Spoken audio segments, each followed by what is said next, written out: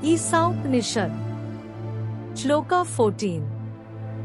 He who knows at the same time both the unmanifested, the cause of manifestation, and the destructible or manifested, he crosses over death through knowledge of the destructible and attains immortality through knowledge of the first cause, unmanifested.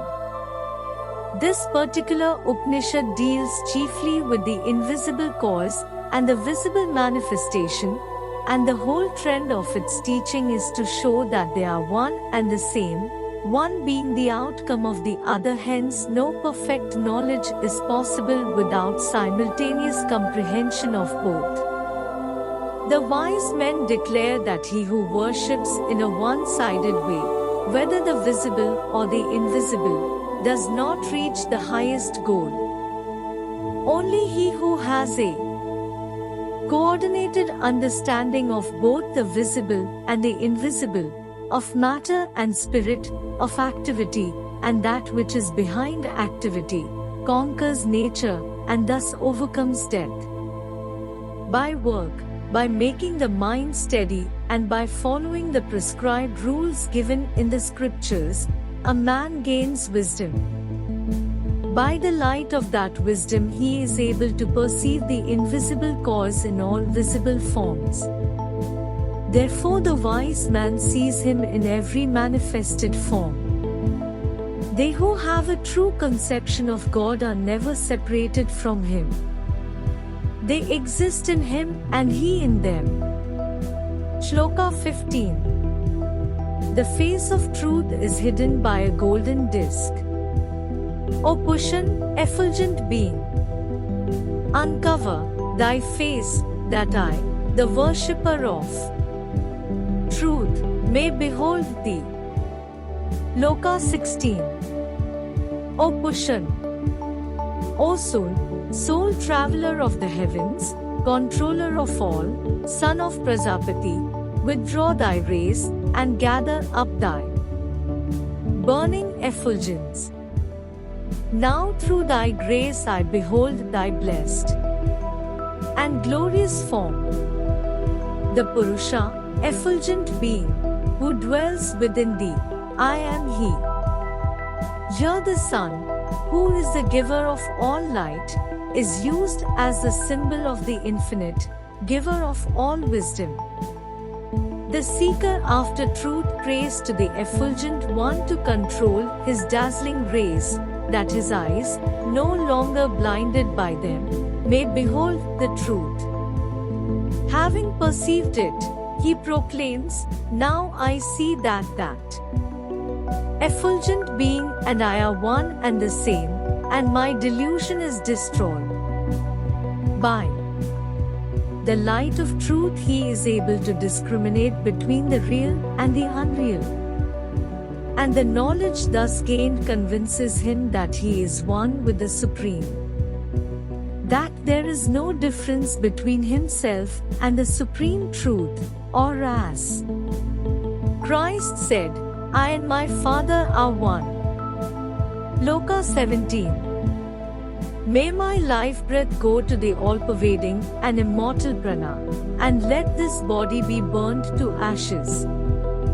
O mind, remember thy deeds. O mind, remember thy deeds. Remember.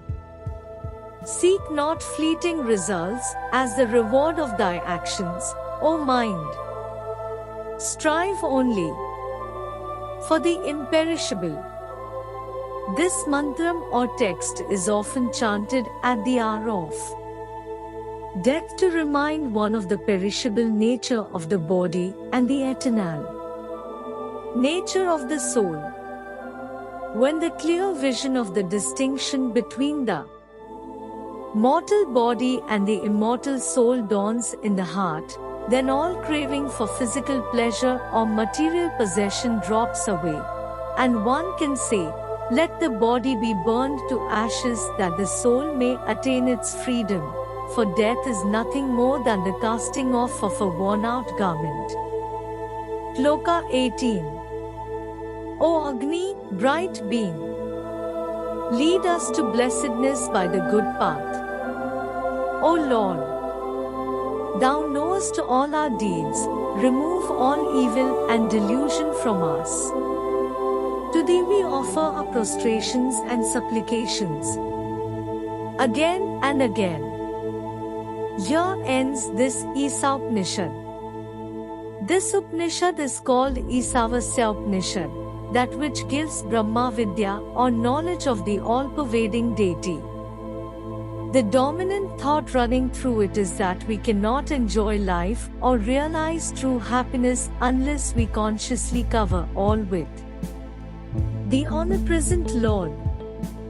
If we are not fully conscious of that which sustains our life, how can we live wisely and perform our duties? Whatever we see, movable or immovable, good or bad, it is all that. We must not divide our conception of the universe, for in dividing it, we have only fragmentary knowledge and we thus limit ourselves. He who sees all beings in his self and his self in all beings, he never suffers, because when he sees all creatures within his true self, then jealousy, grief and hatred vanish. He alone can love. That All-pervading One is self-effulgent, birthless, deathless, pure, untainted by sin and sorrow. Knowing this, he becomes free from the bondage of matter and transcends death. Transcending.